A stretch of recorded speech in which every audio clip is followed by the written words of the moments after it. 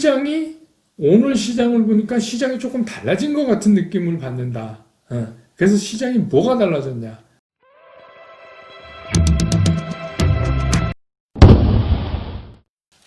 여러분 안녕하십니까? 백만개미 한세구입니다. 추석 연휴 어떻게 잘 보내셨는지요? 연휴가 생각보다 좀 길어서 또 코로나 때문에 또 어디 가기도 또 그렇게 만만치 않고 그래서 오히려 연휴가 좀 힘들었다는 그런 분도 계시고요. 또 어쨌든 간 뭐 시장을 좀 안 보고 쉴 수 있어서 우리가 시장을 보는 한 또 새로운 재충전의 기회도 됐을 거라고 이렇게 생각을 합니다.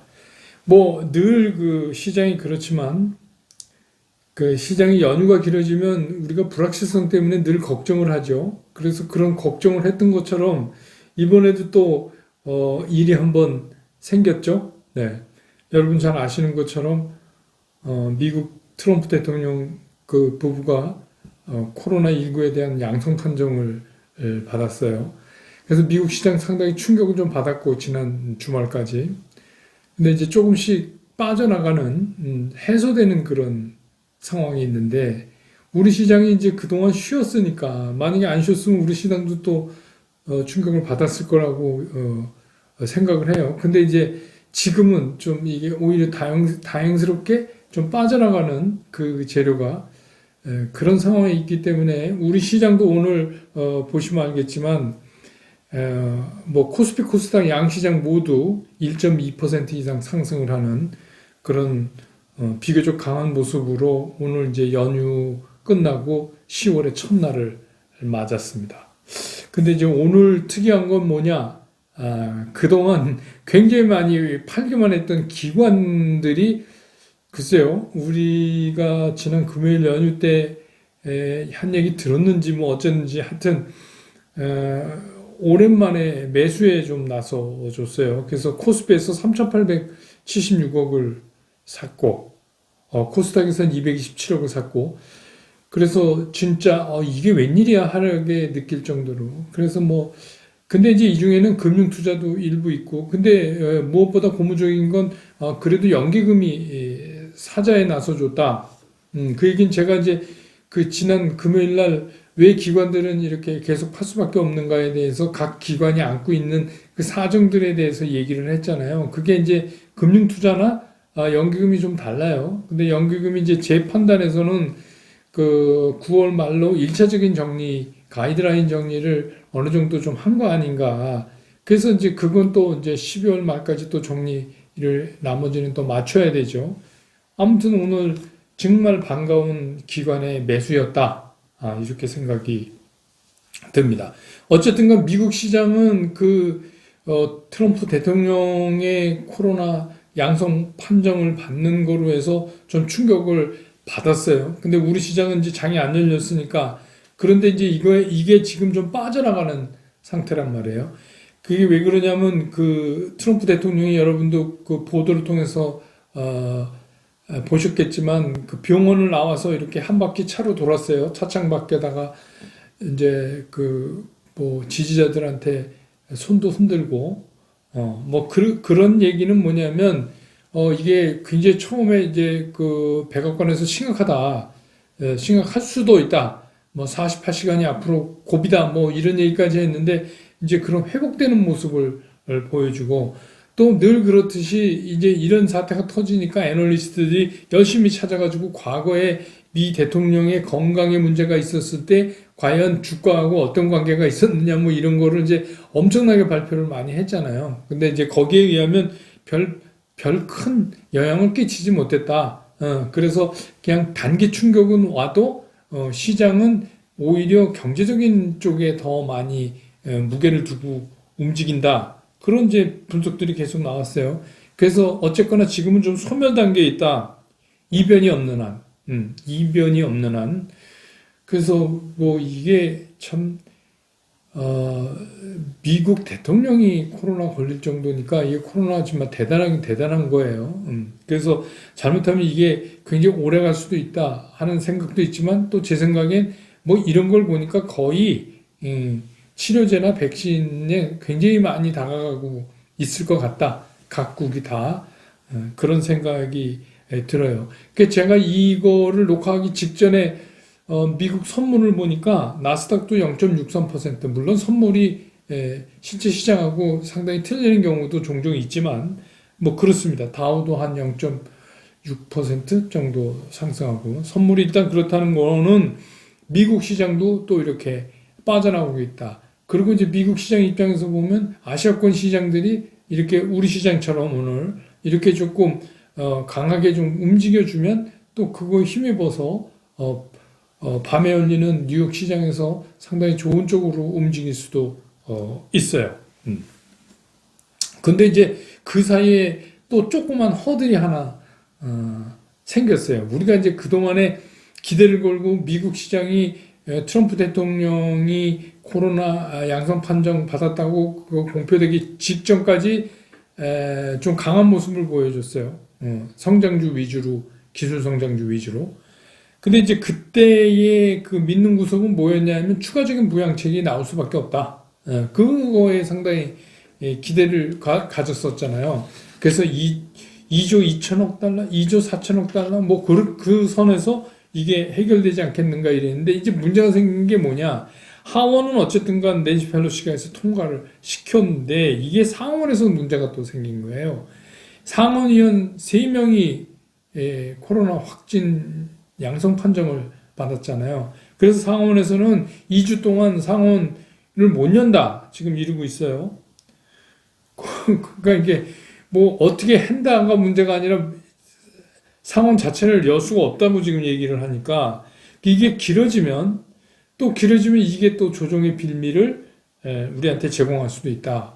왜 그러냐면 제가 말씀드렸지, 9월, 10월도 어쨌든 간 조정권에 있다. 우리 이제 9월 지났으니까 10월 조금만 더 참으면 조정권을 빠져나가겠지만, 그래서 이제 제 생각엔 뭐 1, 2주가 문제가 아니라 우리 조정권 빠져나가는 거랑 추가적인 부양책이랑 잘 맞닥뜨려서 이렇게 나가면, 그러면서 이제 그 대주주 여건 3억 문제도 지금 이제 열심히 논의를 하고 있으니까 그것도 좀 완화되고 이렇게 되면 전체적인 상황은 굉장히 좋아질 수 있다. 이건 물론 좋은 쪽 생각만 하는 거죠. 그래서 이제 오늘은 뭘 얘기를 하려고 그러냐면, 자, 오늘 시장을 보니까 시장이 조금 달라진 것 같은 느낌을 받는다. 그래서 시장이 뭐가 달라졌냐. 그리고 지금 이제 진행되고 있는 또 이벤트죠. BTS 소속자인 빅히트 엔터테인먼트의 청약 관련, 또 관련 주, 뭐 이런 거에 문제를 얘기하고, 그럼 달라졌다고 느껴지는 이 시장에서 우리는 그럼 어떻게 전략을 가져가야 되냐. 도대체 뭔 주식을 사고 뭘 어떻게 대응 전략으로 이 시장을 대응해 나가야 되느냐 하는 거에 대해서 오늘 이제 좀 얘기를 해보도록 하겠습니다. 이 백만개미 보니까 제가 이제 쉬는 시간에 구글에서 이렇게 온 자료들을 보니까 저희 백만개미는 그 한 40% 이상이 구독자가 아닌 분들이 보고 계세요. 그래서 아직도 구독 안 하셨으면 오늘 이 기회에 구독을 꼭 누르고 가시기 부탁드립니다.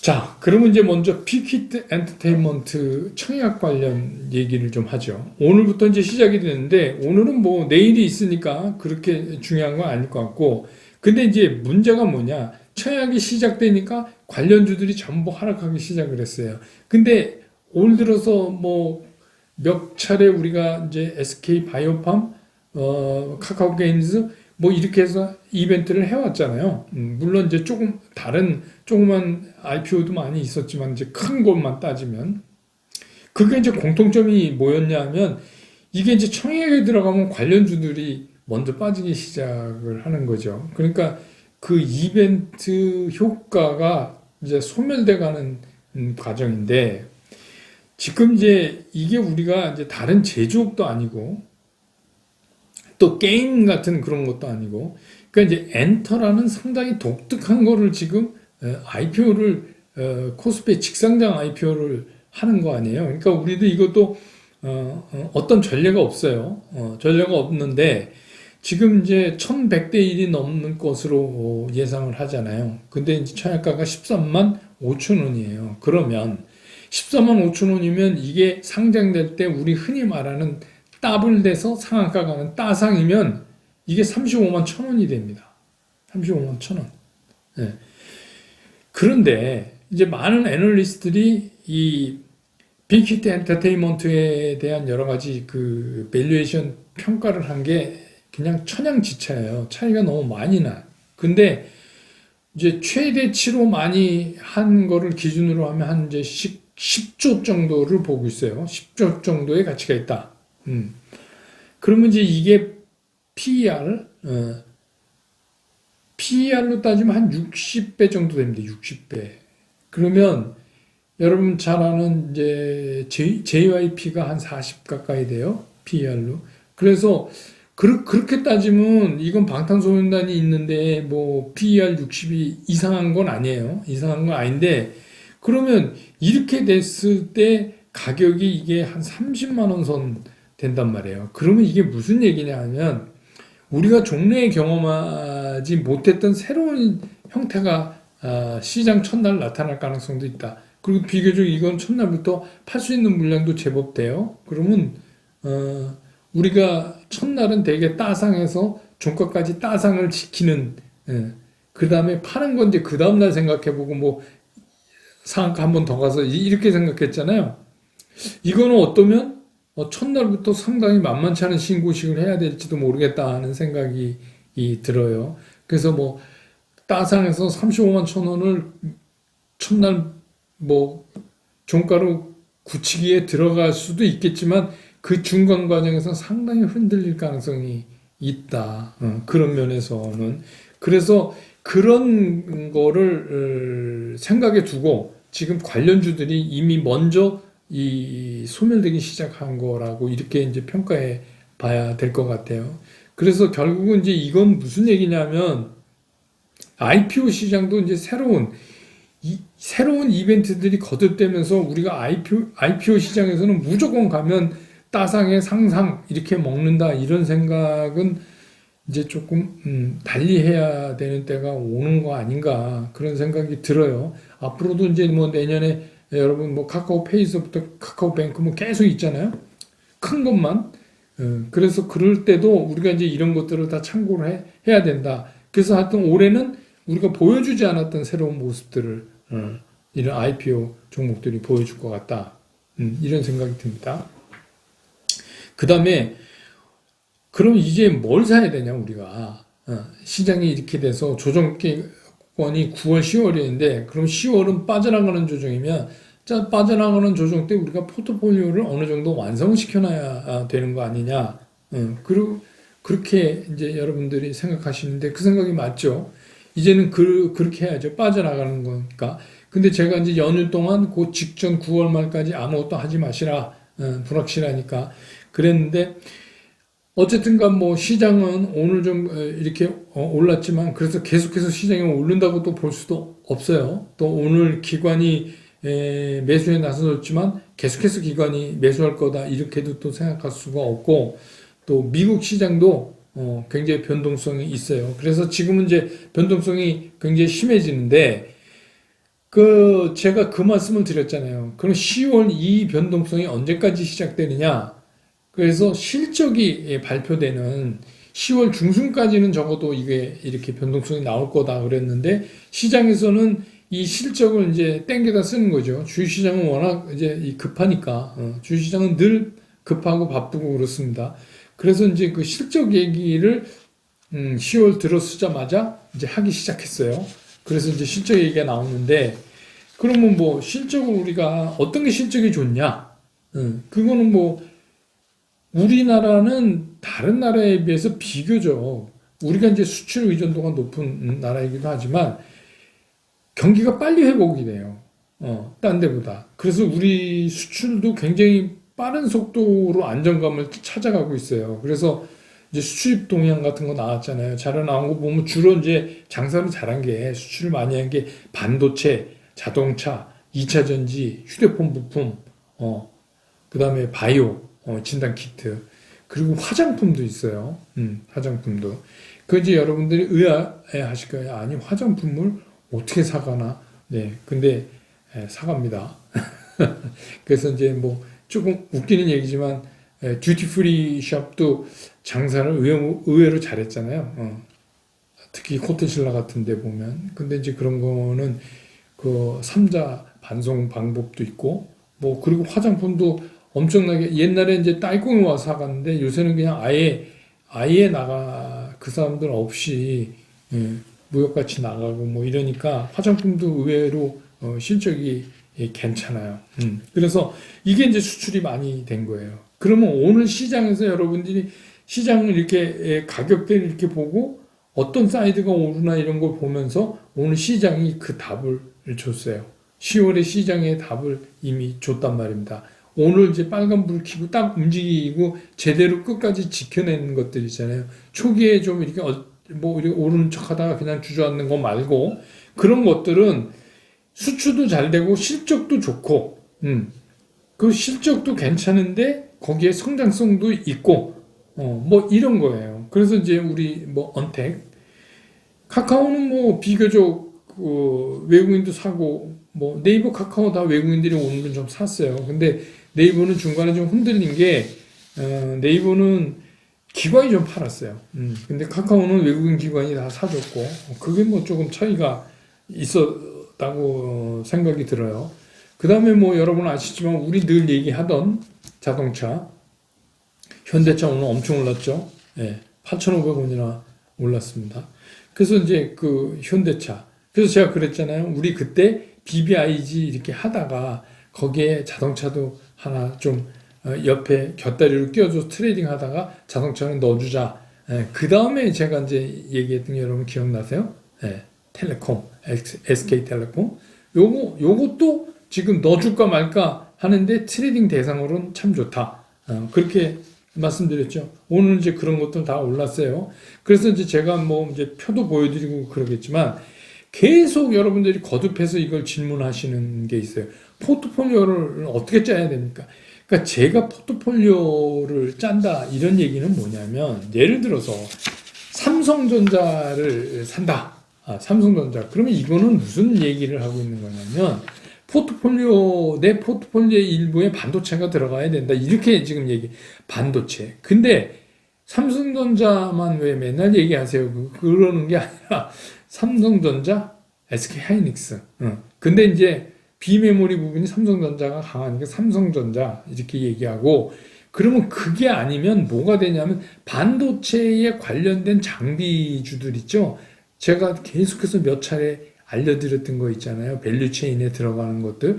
그런 것들로 구성해도 그것도 반도체예요. 그러니까 예를 들어서 포트폴리오를 삼성전자를 사고 SK하이닉스를 타고 반도체 장비주를 사고 이러면 이거 포트폴리오가 아니에요. 왜냐하면 얘네들은 맨날 같이 움직이니까.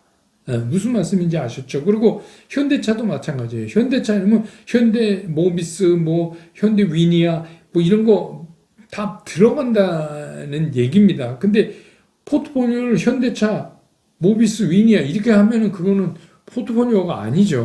몰빵 친 거나 똑같습니다. 그러니까 지금 이쪽에 삼성전자, 현대차, 카카오 아니면 네이버 사셔도 되고 SDI 아니면 LG화학 사도 되고 또 LG화학, SDI 아니면 그거나 너무 비싸서 못 사겠다 이러면 2차전지 관련주 제가 밸류체인 계속 여러 차례 말씀드렸던 거 있죠.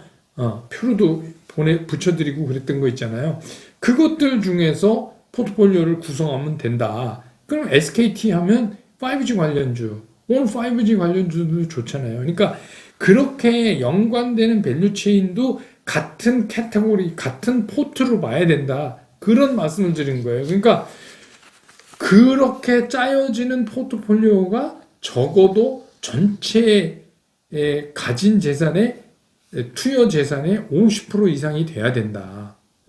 그래서 요즘 움직임을 보면 개인 투자가들이 굉장히 잘해요. 개인 투자가들이 어떻게 하냐면 이런 걸로 메인 포트폴리오를 해서 제 생각에 길게 보는 관점에서 한 50%에서 60%까지를 세팅을 하는 것 같아요. 세팅을 하고 나머지는 계속 트레이딩을 해가는 거예요.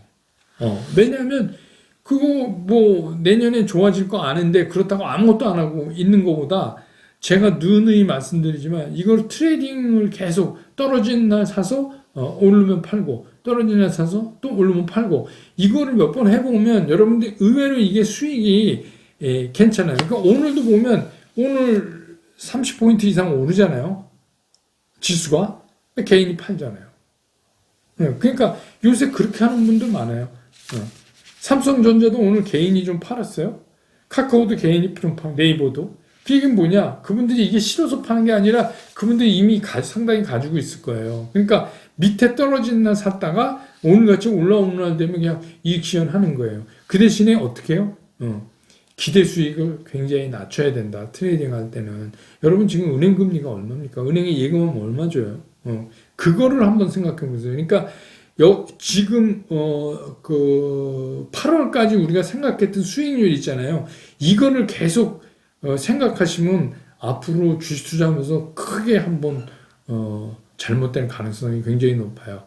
그때 거는 잊어버리세요. 이제부터는 그렇게 하는 게 아니라 조정기가 끝나고 간다 하더라도 그렇게 안 갈 가능성이 있어요. 그러니까 기대 수익을 좀 낮춰서 여러분 그 은행에서 한 10% 준다 이러면 사람들 엄청나게 몰리겠죠. 예금 거기 하려고.